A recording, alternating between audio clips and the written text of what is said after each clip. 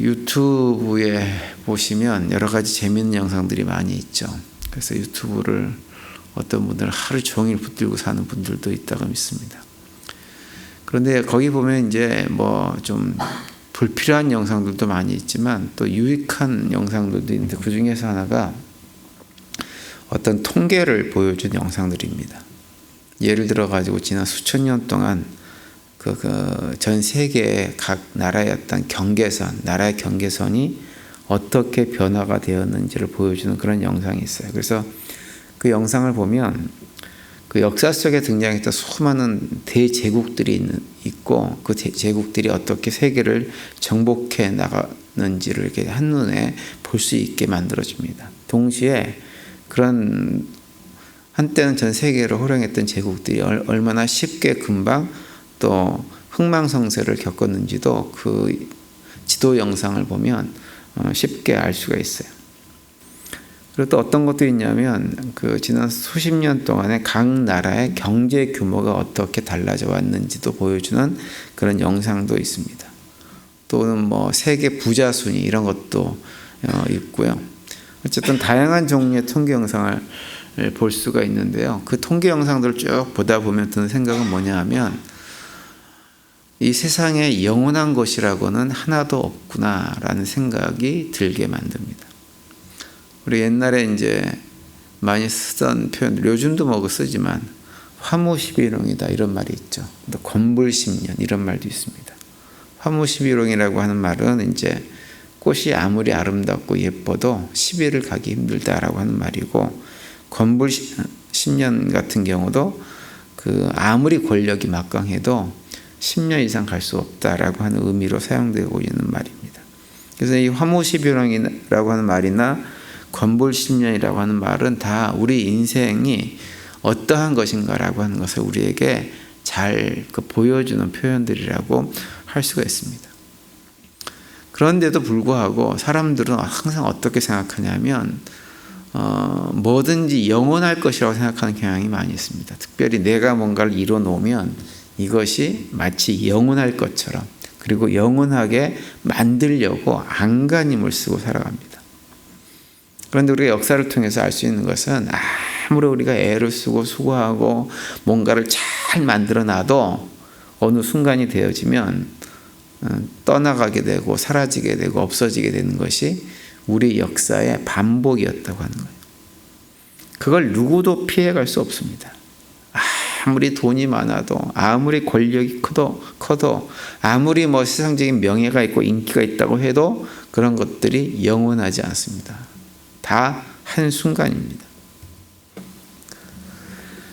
몇 년 전에 한국에서 가장 큰 기업이라고 할 수 있는 삼성을 세운 이건희 회장이죠. 이병철은 그 아버지고, 이건희 회장이 한 4, 5년 전인가요?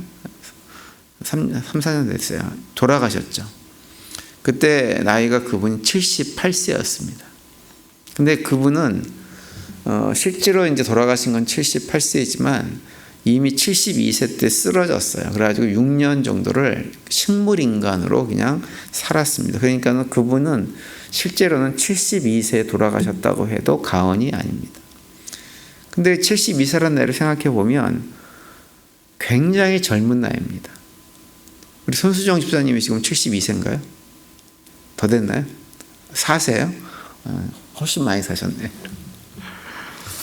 그 나이를 생각하면 굉장히 젊은 나이입니다. 물론 이제 그렇게 젊은 나이에 쓰러졌다고 하는 것은 그분이 젊어서 이 기업을 이렇게 세우면서 그러다 보면 비즈니스를 하는 동안에 겪는 여러 가지 스트레스가 얼마큼 심했는가라고 하는 것을 알 수 있지만, 동시에 또 그분이 자신의 건강을 이렇게 지키기 위해서 얼마나 많이 좋은 것들, 좋은 약들, 좋은 병원에서 늘 치료받고 검사하고 이런 일을 얼마나 많이 했겠어요. 그런데 그런 모든 노력이 다 어떻게 됐냐면 허사가 된 거예요. 특별히 요즘 우리 어르신들 보면 뭐 이건희라고 하는 사람은 그 비교를 해보면 정말 젊은 나이에 세상을 떠났다고 할 수가 있습니다. 우리 사람들은 자기가 어떤 일을 성취하면 그 성취가 세계적으로 사람들이 특별히 알아줄 만큼 그렇게 크게 성공을 하게 되어지면 그것이 영원하기를 원하고 영원할 것처럼 생각을 하고 그걸 붙들려고 하지만 현실은 그렇지 않습니다. 어느 순간에 다 손을 놔야 됩니다. 내려놔야 됩니다. 얼마 지나지 않아서 정말로 안개와 같이 잠시 잠깐 있다가 그런 모든 영광이 사라지고 사람들의 기억 속에서도 사라지는 것, 이거 부정할 수가 없는 것이 우리의 현실이에요. 오늘 본문에 언급되고 있는 바벨론이라는 나라도 사실은 한때는 영원할 것 같은 힘과 부와 영광을 가졌던 나라가 바벨론이라는 나라입니다. 그런데 그 영광이 한순간에 다 무너지는 것을 우리에게 보여주고 있죠. 오늘 우리가 읽은 본문 예레미야서 51장은 실질적으로 오늘 본문은 이제 예레미야서가 끝나는 부분이에요. 왜냐하면 예레미야서는 51장에서 51장으로 예레미야 자신이 선포한 말씀은 거기서 끝나기 때문에 그래요. 그래서 오늘 본문 64절 끝에 보면 뭐라고 언급하고 있냐면 예레미야의 말이 이에 끝나니라라고 딱 규정을 해놓고 있어요. 그리고 이제 예레미야 52장으로 가시게 되면 하나님께서 예레미야를 통해서 선포했던 말씀 그대로 남아국 유다가 멸망하는 역사적인 장면을 이렇게 그려놓고 있습니다. 그래서 오늘 본문도 이제 마지막으로 바벨론에 대한 심판의 메시지가 선포되고 있는 말씀인데요. 특별히 58절에 보면 이렇게 말씀하고 있죠. 만군의 여호와께서 이와 같이 말씀하시니라. 바벨론의 성벽은 회파되겠고 그 높은 문들은 불에 탈 것이며 백성들의 수고는 헛될 것이요 민족들의 수고는 불탈 것인즉 그들이 쇠잔하리라. 이렇게 말씀을 하고 있어요. 여기 보시면 바벨론 도성의 성벽, 높은 성문에 대해서 이렇게 말씀을 하고 있는데요. 그 성벽이 다 무너지고 높은 성벽이 다 무너지고 성문도 다 불타버릴 것이다. 이렇게 말씀합니다. 성경에서 성이라고 하는 것은 그냥 사람들이 안전하게 살기 위해서 거주하는 어떤 곳이 아닙니다. 성경에서 성은 무엇을 말하냐면 하나님을 대적하고 살아가는 인간들이 자신들의 힘과 능력과 노력을 통해 가지고 자신들의 삶을 지켜보겠다고 세워놓은 것이 바로 성입니다. 그 모든 것을 의미하는 거예요. 그런데 그 성벽이 높고 두껍고 높다고 하는 것은 무엇이냐면 바벨론이란 나라가 정말 최선을 다해가지고 죽을 힘을 다해서 열심히 나름대로 자신들의 영광을 영원하게 만들기 위해서 최선의 노력을 다 했다고 하는 것을 보여주고 있는 거예요. 그래서 견고하게 그 모든 것들을 세워놨다고 하는 거죠. 그런데 그 모든 견고함들이 한순간에 다 허물어지고 높은 성문은 다 불타버린 것입니다. 그러니까 이게 뭐냐면 하나님께서 분노하시고 심판을 하시기로 작정을 하시면 아무리 견고한 성도, 아무리 대단한 것도 한순간에 먼지처럼 다 사라질 수밖에 없다고 하는 것을 보여주고 있는 거예요. 이 땅에서 하나님을 거부하고 살아가는 세상에 속한 사람들은 바벨론이 그랬던 것처럼 자기 힘으로 아무리 대단한 성을 쌓아놔도 견고하게 만들어놔도 소용이 없어요. 근데 세상 사람들은 그러고 살아갑니다. 어떻게 해서라도 이것이 무너지지 않게 하기 위해서 견고하게 쌓기 위해서 고민하고 노력하고 살아갑니다. 정말 죽을 힘을 다 열심히 살아갑니다. 그런데 그렇게 열심히 살다가 한순간에 모든 것을 다 잃어버리고 자기의 수고가 얼마나 헛된 것인가라고 하는 것을 뼈저리게 경험하는 일들을 반복하면서 살아가죠. 그 우리 인간이에요. 그래서 전도서 4장 4절에 보면 이런 말씀이 있습니다. 내가 또 본즉 사람이 모든 수고와 모든 재주로 말미암아 이웃에게 시기를 받으니 이것도 헛되어 바람을 잡는 것이로다. 이렇게 말씀합니다. 많이 노력했는데 그 노력한 결과가 무엇이냐면 주변 사람들에게 온갖 시기를 받고 하는 일뿐이 없다고 하는 거예요.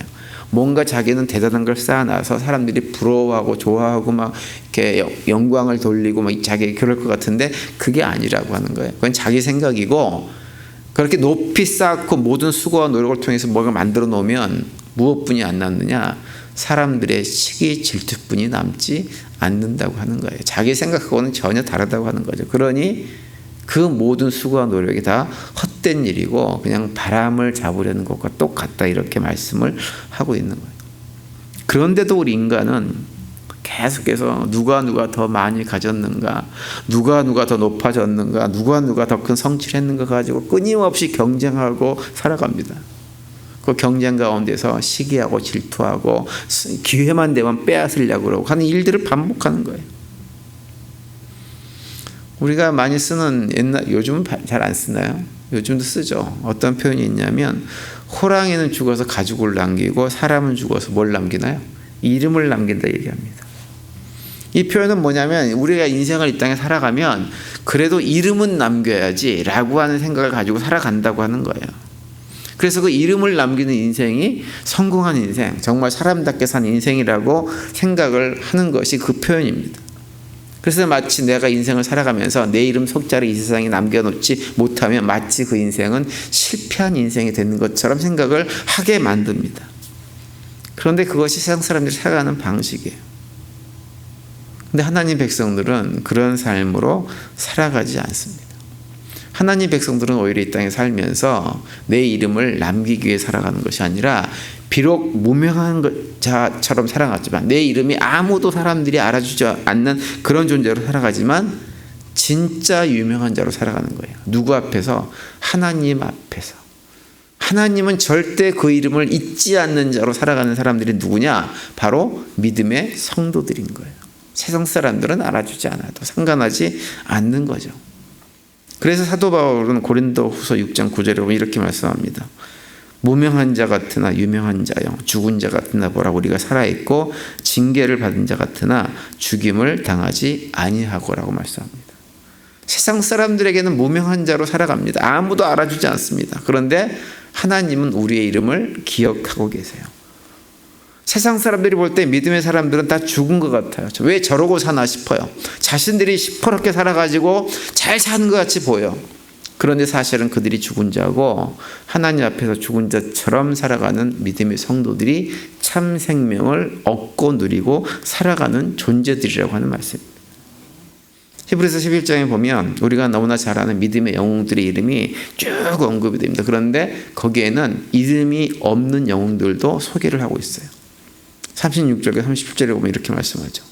또 어떤 이들은 조롱과 채찍뿐 아니라 결박과 옥에 갇히는 시련도 받았으며 돌로 치는 것과 톱으로 켜는 것과 시험과 칼로 죽임을 당하고 양과 염소의 가죽을 입고 유리하여 궁핍과 환난과 학대를 받았으니라고 얘기합니다. 이름이 없어요. 또 그냥 어떤 이들이에요. 어떤 이들은 이런 고난을 받으면서도 참고 견뎠다고 하는 거예요. 그런데 성경에 그들에 대한 내용이 나왔다고 하는 것은 뭘 의미하냐면 하나님께서 그들 하나하나를 다 기억하고 계신다고 하는 것을 우리에게 말씀을 해주고 있는 거예요. 인간적으로 보면 아무런 이름도 남기지 못했어요. 세상 사람들이 볼 때는 어리석은 삶을 사는 것처럼 살았던 사람들입니다. 그러나 그들은 믿음 안에서 그 누구보다도 위대한 영웅으로 기억되는 사람들, 그래서 참으로 복된 삶을 살았던 사람들이 바로 히브리서 11장에서 언급된 무명한 자 같으나 유명했던 사람들의 이야기입니다.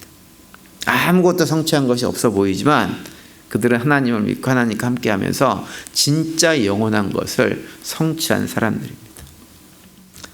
세상은 자꾸 우리한테 끊임없이 성공해라, 성취해라, 업적을 이루어라 라고 요구를 합니다. 미혹합니다. 그래서 우리가 정말 이 세상을 살아가면서 정말 붙들어야 될 것이 무엇인지를 분명하게 알지 못하면 우리는 망할 수밖에 없어요. 거기에 미혹에 끌려다닐 수밖에 없어요. 그래서 우리가 정말 중요한 것이 무엇인지를 고민하고 묵상하고 기도해야 합니다. 그렇지 않으면 헛된 것으로 우리의 삶을 얼마든지 채울 수가 있게 되어집니다. 오늘 아침 기도하실 때 나는 정말 무엇을 붙들고 삶을 살아가고 있는지를 한번 점검해 보시기 바랍니다. 혹시라도 한순간에 다 무너질 수 있는 안개와 같은 것들을 그 허망을 쫓아 살고 있지 않은지 점검해 보시고 그 가운데서 영원한 하나님의 나라를 위해서 준비하는 복된 삶을 살기로 결단하는 이 새벽 시간이 되시게 되기를 바랍니다. 오늘도 그런 고백 결단 가운데 승리하시고 주님과 동행하시면서 주님께서 주시는 평강을 누리며 살아가는 복된 하루가 되시기를 간절히 축원드립니다.